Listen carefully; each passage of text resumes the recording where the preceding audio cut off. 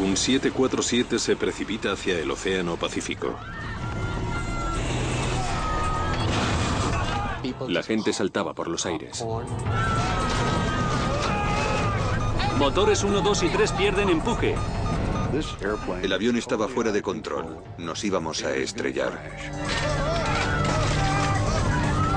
En 2 minutos, el vuelo 006 de China Airlines desciende 10 kilómetros atravesando nubes. Velocidad 270, 280, 290. El avión empieza a perder piezas a medida que describe tirabuzones hacia el mar.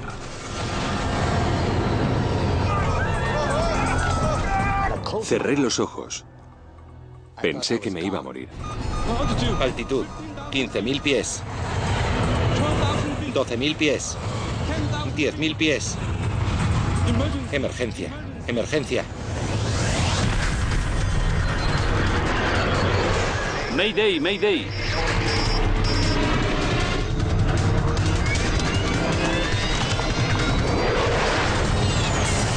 Catástrofes aéreas. Esta es una historia real basada en informes oficiales y entrevistas a los afectados. Pánico sobre el Pacífico. El 19 de febrero de 1985, un vuelo de China Airlines atraviesa el Pacífico para llegar a Los Ángeles. A 3.700 metros pone rumbo al amanecer. Para los pasajeros y la tripulación del avión es medianoche. 2 hombres están a cargo del avión mientras sobrevuela el océano con el piloto automático. La tripulación principal libra varias horas a mitad de trayecto para estar descansada en el aterrizaje. Pero el comandante Moon Hyang-ho no se duerme. Buenos días, señores. Aunque no le toca estar ahora de servicio, el comandante Ho regresa a la cabina. Les voy a hacer compañía. Para volver hay que... El comandante no es el único en vela. Sexan Canio y su mejor amigo Alex Knoll tienen algo que celebrar. Mira, aquí está, en fin, esto es estupendo. Parece como si estuviéramos en primera clase. Sexan cumple 30 años. Fue un cumpleaños larguísimo porque gané 12 horas. Estábamos bebiendo champán, celebrándolo a 12.500 metros de altitud. No hay mucha gente que pueda hacer eso.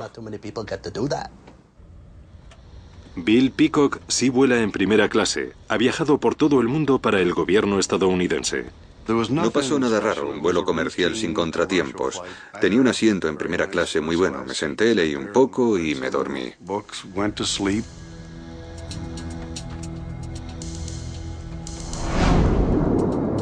En estos momentos, el avión se acerca a la costa de California.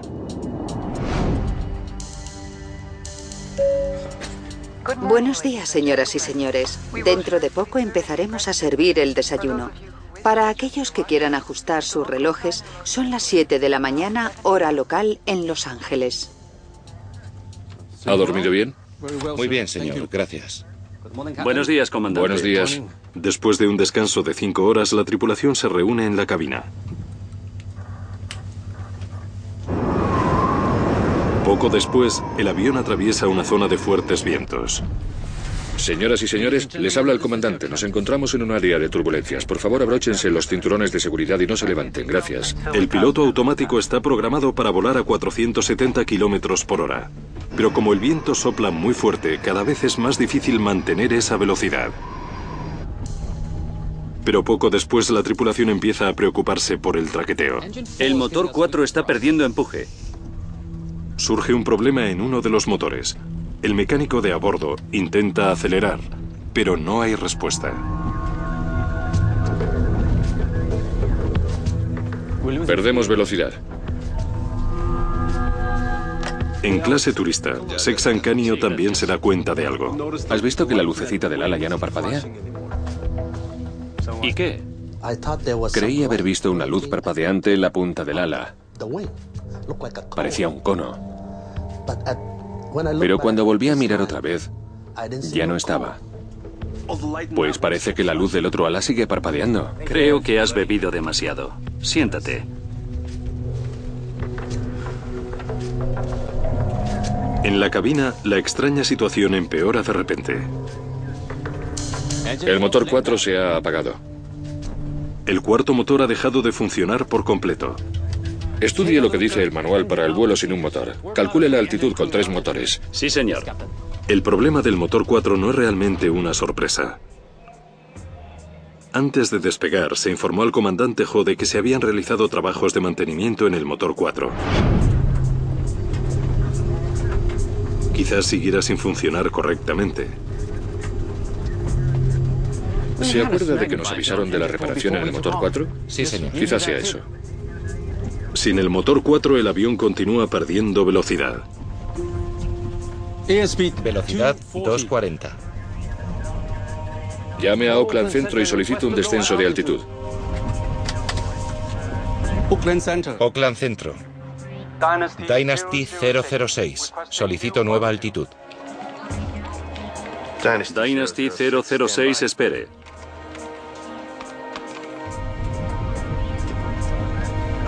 Encienda el motor 4. Sí, señor. A esa altitud no hay tanto oxígeno, por lo que la probabilidad de que se encienda es ínfima.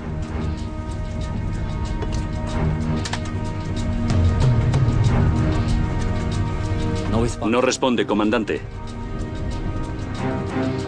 Mientras la tripulación intenta que se encienda el motor, el avión empieza a inclinarse hacia la derecha.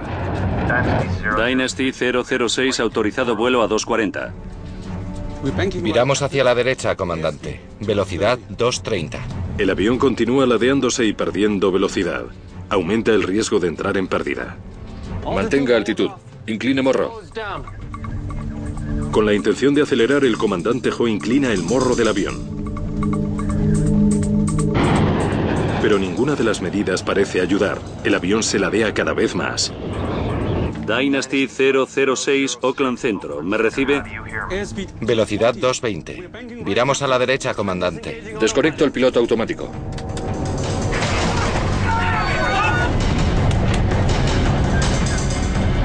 Por primera vez, el comandante Ho toma control manual del avión. ¡Cinturones! Lucha con los mandos, pero el avión atraviesa una nube espesa y no puede ver el horizonte cuando intenta mantener el avión equilibrado. He perdido el horizonte. El horizonte artificial no funciona. Se sale de los límites. Poco después de que el cuarto motor deje de funcionar, el vuelo de China Airlines entra en pérdida y se precipita desde el cielo.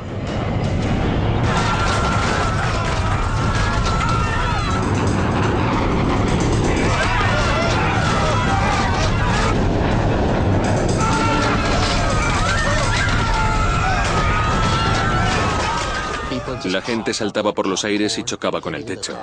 Las bandejas volaban. También los termos calientes, la pasta. El equipaje se salió de los compartimentos y nos golpeaba. Se podía oír cómo los remaches se desprendían. Parecía que eran balas que nos lanzaban desde el exterior. Pero estábamos en mitad del océano. Era imposible. En esos momentos no sabíamos si íbamos a sobrevivir. El vuelo 006 de China Airlines está fuera de control y se precipita hacia el océano.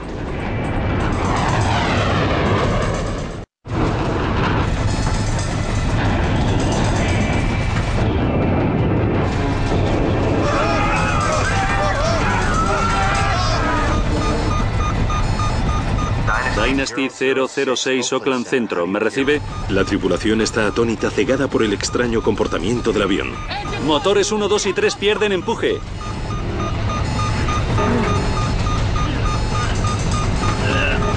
No responden, comandante. Dynasty 006, Oakland Centro. ¿Me recibe? Velocidad 270. 280. 290. Dynasty 006, Oakland Centro. ¿Me recibe? Luchando por controlar el avión, el mecánico de a bordo intenta volver a encender el motor 4.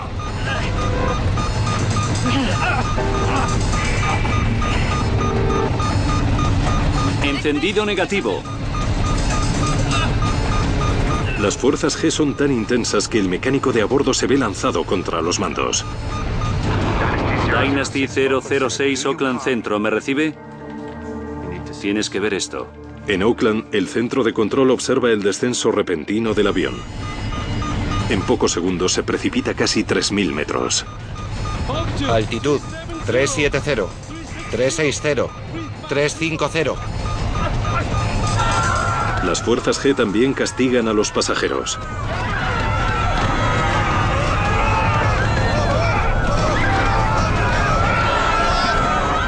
Cerré los ojos. Pensaba que me había muerto. Creía que el avión había explotado en el aire. La aeronave está a punto de sobrepasar su velocidad máxima. Alcanzando velocidad máxima. Después de atravesar la nube girando sin parar, el 747 consigue finalmente frenar la caída en picado. Cuando se endereza la aeronave, las fuerzas G cambian de dirección. Ahora los pasajeros se ven empujados al suelo. Tienen la impresión de pesar 5 veces más. Recuerdo una imagen. Había un caballero chino sentado en el otro lado del pasillo. Tenía toda la cara contraída. Parecía un muñeco de cera que se estaba derritiendo por el fuego. Tenía toda la cara contraída. A medida que la tripulación consigue retomar el control de la aeronave, disminuye la velocidad. Velocidad 180 nudos y reduciendo. Dynasty 006 Oakland Centro, ¿me recibe bien? Velocidad 140 nudos y reduciendo. El avión sigue descendiendo, pero no tan rápidamente. Podría ser el momento idóneo para retomar el control. Sabía que teníamos un problema porque las fuerzas G, en vez de ser horizontales, estaban cogiendo la vertical. De modo que nos empujaba hacia los asientos en vez de hacerlo hacia los lados. Mientras la velocidad continúa disminuyendo, el mecánico de a bordo consigue llegar a los aceleradores. Velocidad 80 nudos y reduciendo. Pero los motores no responden. No responden. Los motores se han apagado. Después de descender 3.000 metros en 30 segundos, el Jumbo retoma la caída libre.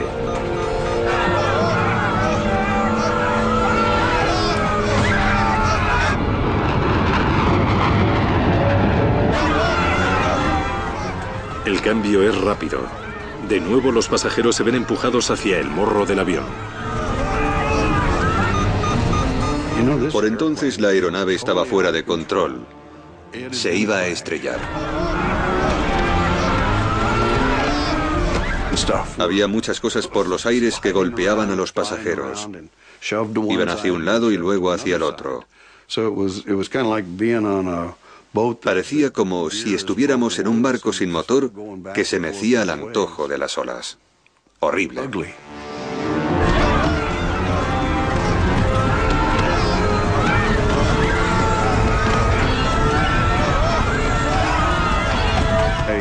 Hice las paces con el Señor y me dije a mí mismo: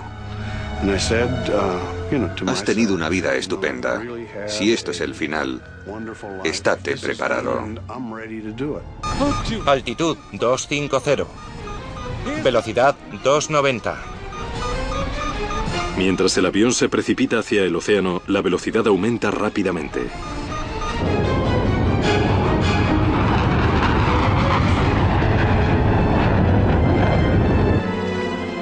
Dynasty 006 Oakland Centro, ¿me recibe? Como la tripulación está ocupada luchando por controlar el avión, no responde a 6 llamadas del centro de control. La fuerza de la caída destroza las puertas del tren de aterrizaje del avión. En menos de un minuto el avión desciende 6 kilómetros. ¡Aguanta! ¡Cruza los brazos! Me dijo que me quería y le contesté que yo también. Nos despedimos de nuestras mujeres. Alex comentó algo de sus bienes, que se los dejaba a su mujer. Y fue entonces cuando nos pudimos apoyar otra vez en el respaldo. Altitud 15.000 pies. Sin poder ver la línea del horizonte, el comandante Ho no sabe dónde está el suelo. Hemos sobrepasado la velocidad máxima. Sin referencias no puede evitar que el avión dé vueltas. Emergencia, emergencia.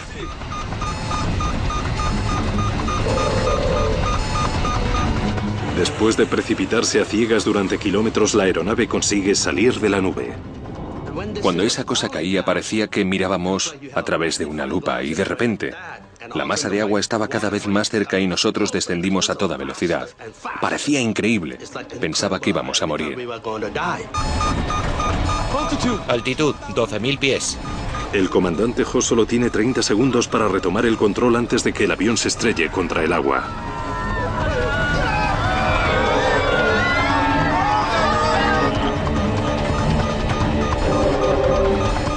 Puedo ver el horizonte. Altitud, 10.000 pies. Por primera vez desde que comenzó este descenso infernal, el comandante Ho puede emplear la línea del horizonte como referencia para nivelar el avión.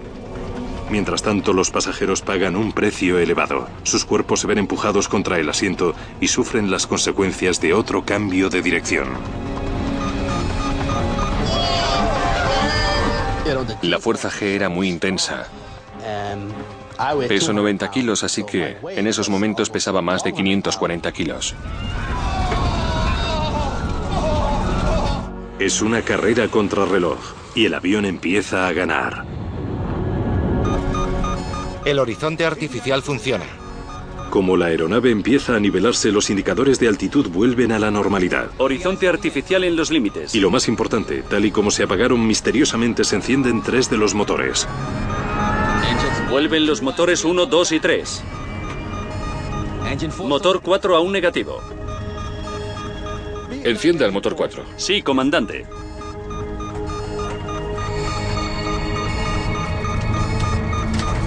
De nuevo, el mecánico de a bordo intenta encender el motor 4, pero esta vez... Motor 4 encendido. Por primera vez en tiempo, el avión vuelve a estar bajo control. Salvaron el avión. Sacaron a la aeronave de una maniobra acrobática a una altitud de 2.900 metros. Salieron de la nube a 3.300 metros y consiguieron estabilizar el avión a 2.900.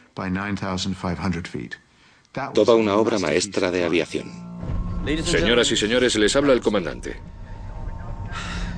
¿Hay algún herido? ¿Hay algún médico a bordo?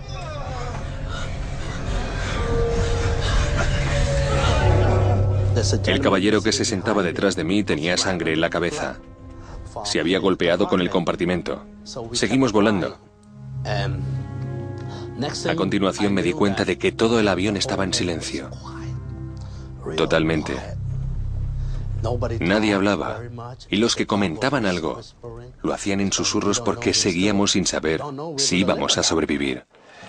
El Dynasty 006 desapareció de la pantalla, pero ha vuelto. Un nuevo controlador, Brian Campbell, asume el control del Dynasty 006. Dynasty 006, Oakland Centro, ¿me recibe? ¿Puede seguir volando? 006, se ha apagado un motor.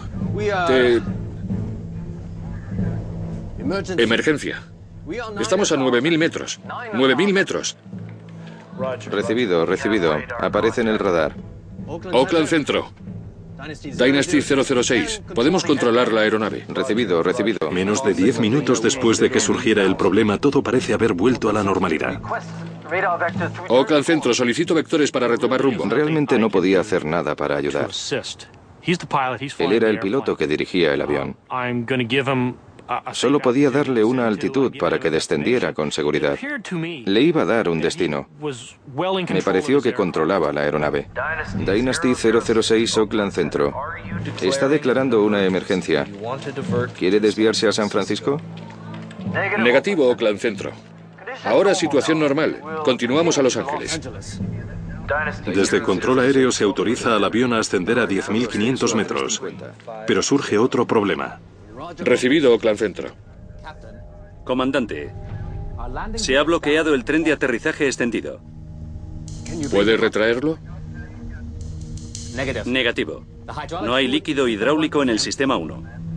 Por alguna razón, el tren de aterrizaje está extendido. El líquido hidráulico que controla tanto al tren como a otras partes del avión se está saliendo. Oakland Centro, Dynasty 006. Solicito autorización para mantener avión a 270. Dynasty 006, Oakland Centro. ¿Tiene algún herido? Espere, Oakland Centro. Señor, ¿se encuentra bien? Mi cabeza. Un pasajero sufre heridas graves y otros 24 tienen cortes y contusiones. Oakland Centro, Dynasty 006. Tenemos como mínimo 2 heridos a bordo. Dynasty 006, Oakland Centro. Está declarando una emergencia. ¿Quiere desviarse a San Francisco? Espere, Oakland Centro.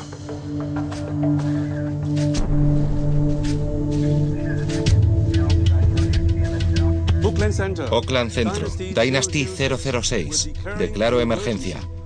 Solicito rumbo directo a San Francisco. Desviaron a todos los aviones que estaban en esa ruta para que la tuviera para él solo. Así nadie esperaba ni tuvo que esperar a nadie. Simplemente se dispuso a aterrizar.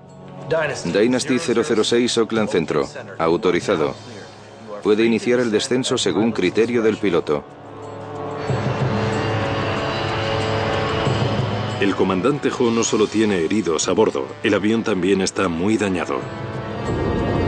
Parece que tampoco funciona el timón de profundidad que ayuda a controlar la altitud del avión. Sin este, realizar un aterrizaje seguro va a ser muy complicado. El problema es que es un avión muy grande que responde con lentitud. No habría que empezar el descenso antes de que se quede sin aire porque podría estrellarse en el mar. Se necesita una cabeza muy fría. El comandante Ho debe aterrizar jugando con las cantidades de empuje. Pese a haber sacado el avión de la caída libre, cualquier error puede provocar que el vuelo 006 acabe en tragedia. Al descender sobrevolamos la casa de Atherton en la que había vivido, donde nacieron mis hijos. Miré para abajo y pensé que era lo más adecuado. Al menos si no conseguíamos aterrizar o si el avión explotaba por todos los daños que había sufrido, había visto la casa.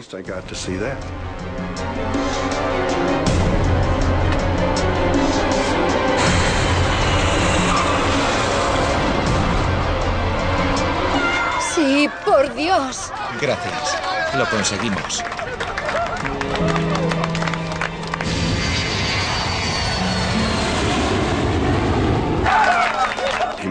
Realizó uno de los mejores aterrizajes que he vivido. Fue perfecto. Señoras y señores, les habla el comandante. Deseo que pasen un buen día y espero que disfrutaran de este vuelo memorable. Gracias por volar con China Airlines. Esperemos que cuenten con nosotros en otra ocasión. Pensé que era un héroe. Nos había salvado la vida. ¿Cómo descendimos mucho? Pero por entonces no sabíamos cuánto. Creíamos que era un héroe y nada más. En tierra se puede observar el alcance completo de los daños. Vi que esa enorme pieza de maquinaria extremadamente complicada, más grande que muchos edificios, estaba sobre la pista y le faltaban piezas.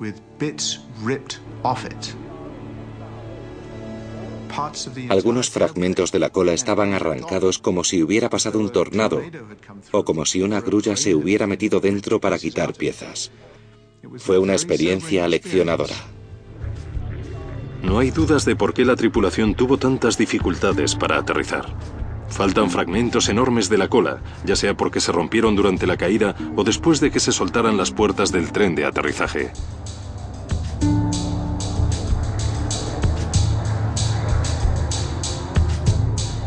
Si el daño hubiera sido mayor, la tripulación no habría podido retomar el control del avión. Unos 24 pasajeros sufrieron heridas leves. Solo uno tuvo que ser hospitalizado, pero recibió el alta pronto. El desastre pudo ser mayor, pero ¿qué se estropeó en primer lugar? El Consejo Estadounidense de Seguridad en el Transporte, NTSB, comienza ese mismo día la investigación. Se envían a Washington las conversaciones de la cabina, pero la caja negra está diseñada para que se superpongan cada media hora. No ha quedado registrado ningún fragmento de las grabaciones efectuadas durante el descenso. Sin las grabaciones de cabina, tuvimos que reconstruir lo que dijo la tripulación y descubrir lo que interpretaron y lo que sucedió realmente allí. Para ello disponíamos de otros datos. En la caja negra del avión también se registra la actividad de los instrumentos durante el vuelo. Pero de nuevo el equipo tiene un problema. La grabadora de datos se vio forzada a soportar condiciones inauditas y debido a las interrupciones eléctricas, las conversaciones no están al completo. Se recupera la información de vuelo mediante meticulosas técnicas de reconstrucción. Pero la investigación no empieza con buen pie. Los investigadores comienzan con lo que tienen a su disposición. Los pasajeros y la tripulación afirman que hubo fuertes turbulencias justo antes de que se produjera el fallo del cuarto motor. ¿Podría ser esto la causa de la avería?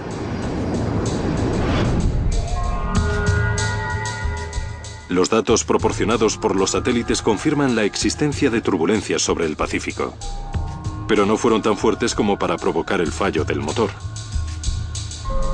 Se estudian y analizan los 4 motores de la aeronave. A pesar de la caída libre, se descubre que funcionan perfectamente. Sin embargo, debido al historial del motor 4, este se analiza escrupulosamente. Sufrieron una anomalía con uno de los motores. Creían que se había apagado o que había sucedido algo muy grave en él. Se mide el desgaste de la pieza que controla la válvula del acelerador. Solo se ha desgastado una 1/10 parte de 1 milímetro, lo suficiente para restringir el combustible del motor 4. El motor 4 está perdiendo empuje. Los investigadores llegan a la conclusión de que a 12.000 metros el motor 4 perdió empuje. Normalmente se dice que se ha quedado colgado. El diario de vuelo revela que en la semana anterior al incidente se notificaron otros 2 fallos en dicho motor. Quizás no se arregló correctamente y eso provocó el percance del China Airlines. El NTSB decide profundizar en el historial de mantenimiento del motor 4. ¿Se acuerda de que nos avisaron de la reparación en el motor 4? Sí, señor. Quizás sea eso. Sin embargo, tras semanas de investigación, el NTSB concluye que no se hubiera necesitado otro motor. Se realizaron las reparaciones que imponía el manual. La causa del accidente no fue un motor defectuoso. Y es que además el avión no debería haber estado en peligro pese a la pérdida de un motor. El motor 4 se ha apagado. Los 747 están diseñados para poder volar con 3 motores. La pérdida de empuje en un avión con 4 motores es un problema ínfimo. Hay que tenerlo en cuenta, pero se puede equilibrar fácilmente la aeronave y esta no tendrá complicaciones para seguir volando con 3 motores.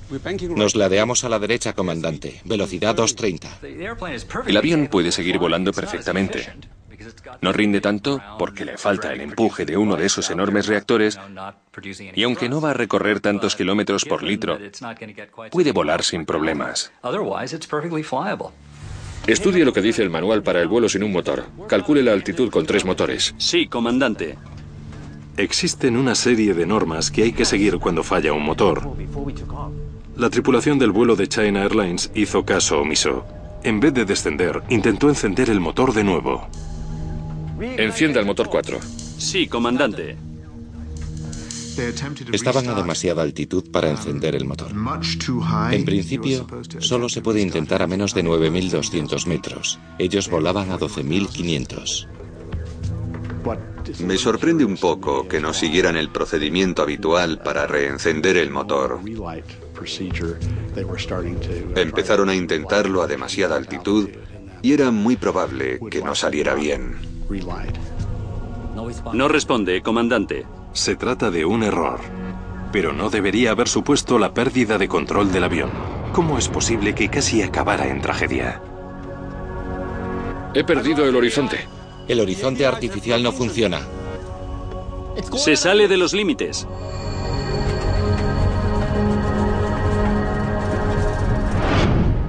Oí que el comandante decía que había perdido el horizonte. Y cuando dirigí la mirada al control de cambios, se salía de los límites.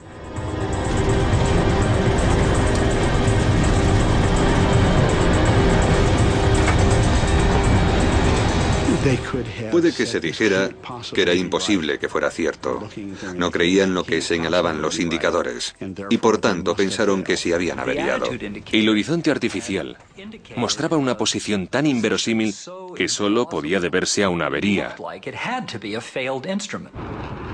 No podía ser que el avión estuviera haciendo eso.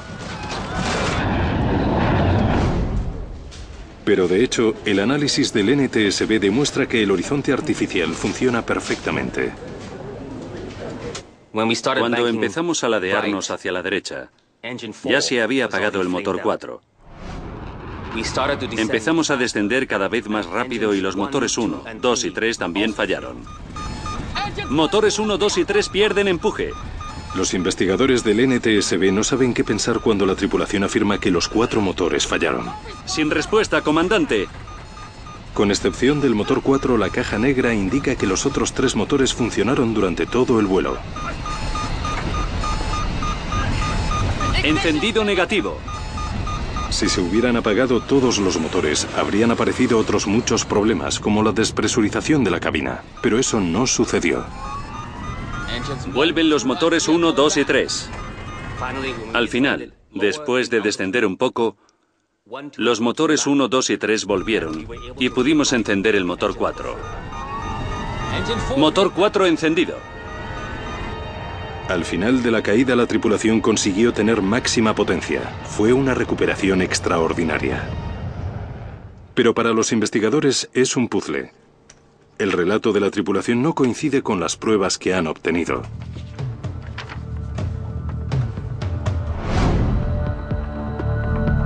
Después de meses de investigación, el equipo del NTSB puede reconstruir los acontecimientos que casi provocan una catástrofe sobre el Pacífico. Para ello han empleado las conversaciones de la cabina, entrevistas personales y la transcripción de los contactos con el centro de control. Al final se llega a una única conclusión. Aparte del problema en la válvula, no se había producido ningún otro fallo antes de que el 747 se precipitara al vacío. De hecho, la tripulación fue la que tomó una serie de decisiones fatídicas que por poco suponen una catástrofe aérea. Poco después de las 10, hora local en el Pacífico, el motor 4 empieza a perder empuje. El motor 4 está perdiendo empuje. El mecánico de a bordo intenta solucionar el problema, pero los investigadores descubren que le faltó realizar uno de los pasos más importantes: cerrar la válvula para el sangrado de aire del motor. Esta válvula utiliza el aire generado por el motor para que el avión se enfríe. Pero cuando un motor no funciona correctamente, la válvula tiene que estar cerrada para que el motor emplee todo el aire disponible para encenderse. Me sorprende que el mecánico de a bordo no desconectara el sangrado de aire. Yo creo que se debió a que no esperaba que le ordenaran intentar encender el motor a 12.500 metros. Por tanto, cuando el comandante le pidió que reencendiera el motor, no había hecho todas las comprobaciones. Simplemente obedecía y no se le ocurrió que debía desconectar el sangrado de aire. La consecuencia es que el motor, que ya de por sí tarda, no se enciende. Sin darse cuenta, el mecánico de a bordo ha iniciado la cuenta atrás. El motor 4 va a ir perdiendo la capacidad de mantenerse encendido. Perdemos velocidad. Como hay más potencia motora en el ala izquierda, el China Airlines empieza a ladearse. Para evitar que se siguiera ladeando hacia la derecha, lo correcto habría sido pisar el pedal del timón. Eso habría provocado una fuerza contraria y, por tanto, se habría reducido la descompensación de los motores. Pero en lugar de ajustar él mismo el timón, el comandante Ho mantiene conectado el piloto automático. El piloto automático está diseñado para no actuar sobre el timón. Puede ajustar los alerones y los aerofrenos de las alas, pero estos no son suficientes para equilibrar la descompensación que presenta el aparato. Sin la ayuda del timón, la aeronave se inclina pronunciadamente. Bueno, es probable que olvidara que el piloto automático no actúa sobre el timón. Puede que supiera que está pilotando el avión como lo haría cualquier ser humano, pero no fue así. El motor 4 se ha apagado. Durante la investigación se descubre que el comandante Ho no desconecta el piloto automático aún después de que el motor 4 haya dejado de funcionar. No toma el control del avión, no pisa el pedal izquierdo del timón para ajustar el avión. Velocidad 240. No utilizó el timón para compensar la falta de empuje del motor derecho. El avión empezó a perder velocidad. Una cosa llevó a la otra. Y al final, ese pequeño error del piloto de no pisar el pedal izquierdo del timón provocó todo lo demás. Encienda el motor 4. Sí, comandante. El comandante Ho no toma el control del avión. Más bien centra toda su atención en el problema del motor, un aspecto que el mecánico de a bordo podría solucionar. Sin respuesta, comandante. Es preocupante que se deje de prestar atención al vuelo, pero ha sucedido muchísimas veces. La tripulación se concentra en un problema técnico, en este caso, un motor, pero podría ser una bombilla o cualquier otro mal funcionamiento.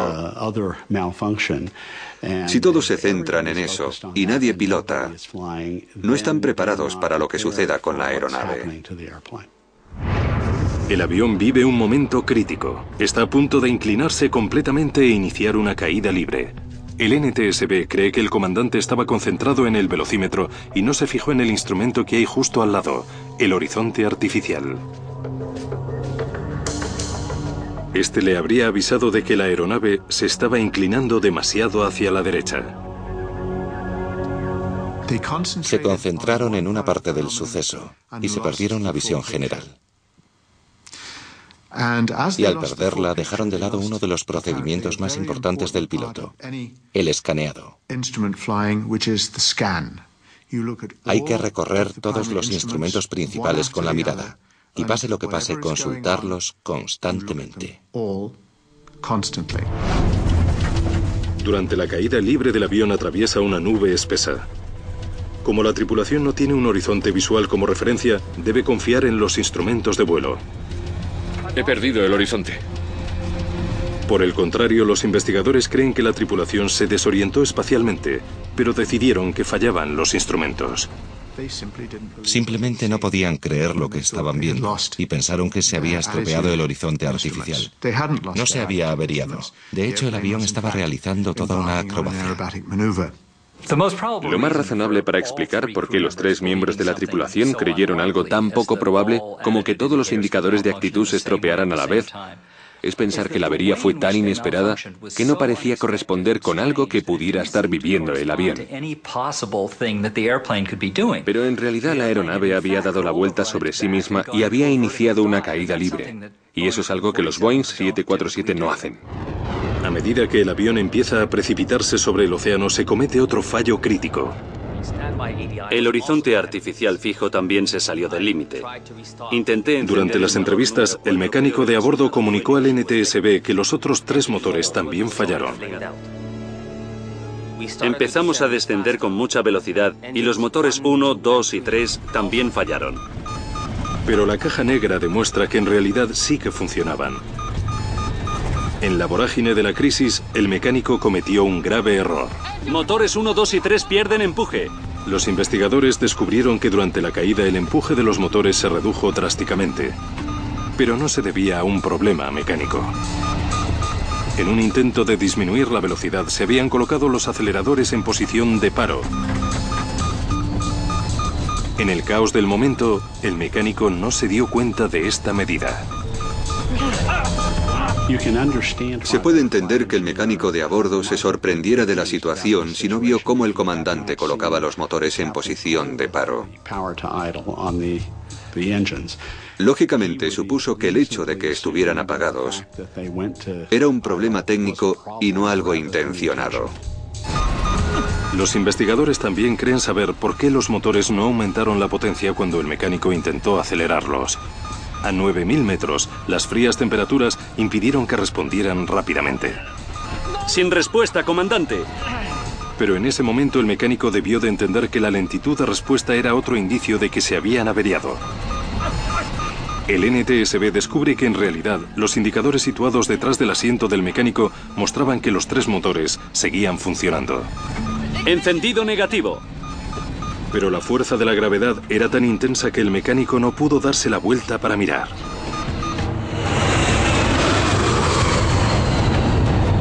Después de meses de reconstrucción concienzuda, los investigadores del NTSB creen saber lo que sucedió realmente en la cabina del vuelo 006 de China Airlines, pero no llegan a comprender el porqué. Se estudian los informes médicos de la tripulación. ¿Le pasó algo malo al comandante que explicara el extraño comportamiento? No se descubre nada. Es que no se trataba de 3 cualquiera que se habían ganado un viaje en un 747 o algo así. Era una tripulación experimentada con miles de horas de vuelo. ¿Cómo pudo cometer una tripulación tan experimentada errores tan fundamentales? Los investigadores encuentran algunas respuestas en las horas previas al incidente. Sacan a la luz uno de los mayores peligros a los que se enfrentan los pilotos de todo el mundo.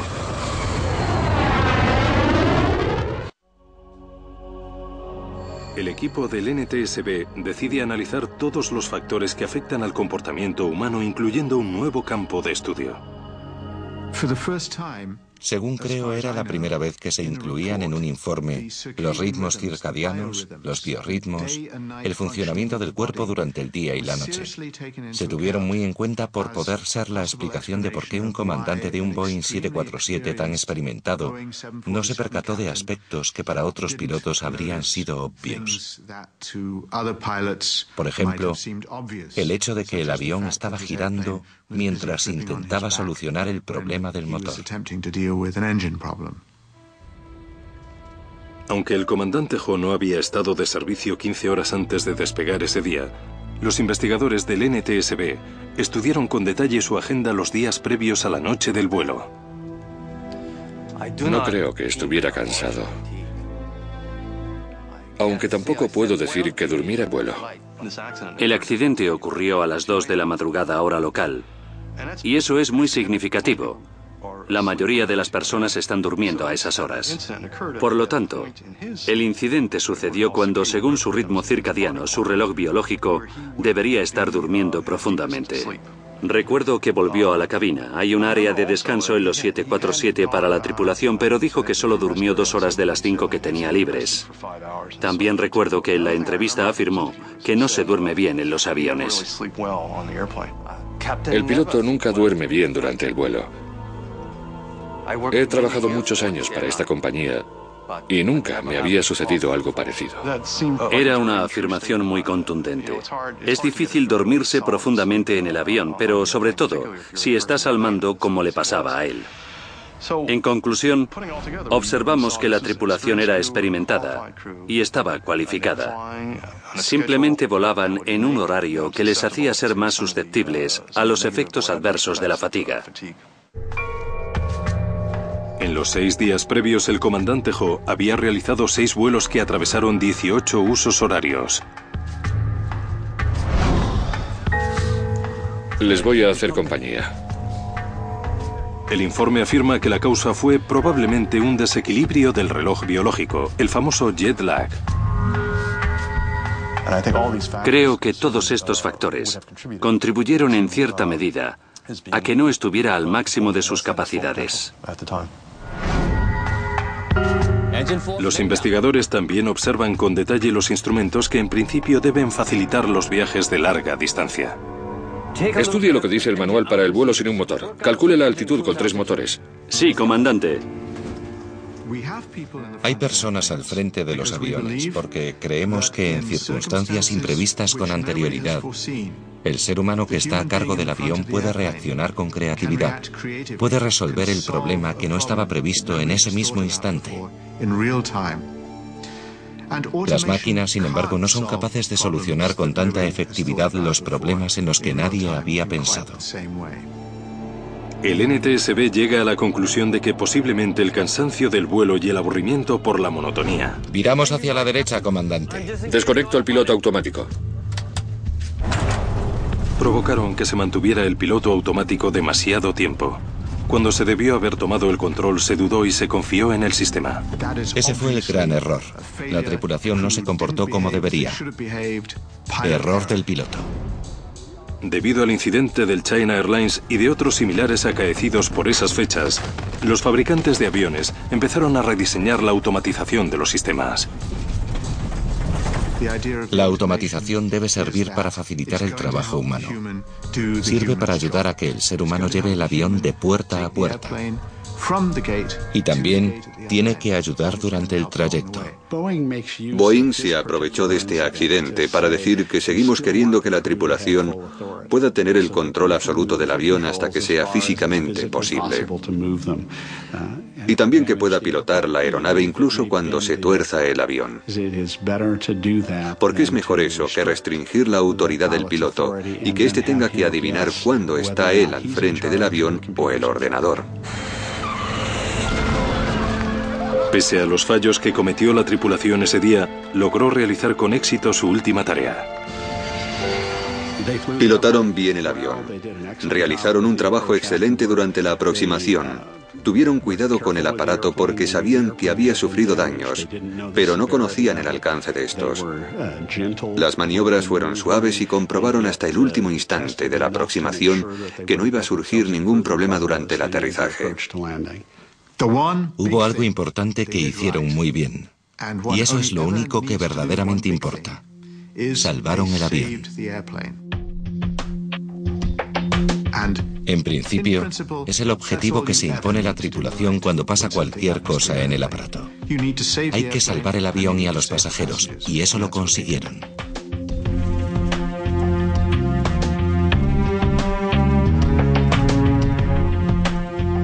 ¿Cómo me voy a olvidar de algo así? Pude sobrevivir. Es difícil de olvidar que tuve suerte ese día y que no me había llegado la hora. El piloto nos salvó la vida. Nos metió en ello, pero también nos sacó. Pero quizás solo hubo un héroe ese día, el mismo Boeing 747. Tuvo que hacer frente a maniobras y tensiones que sobrepasaron sus límites conocidos. Sin embargo, pese a todo, el avión sobrevivió y aterrizó sano y salvo.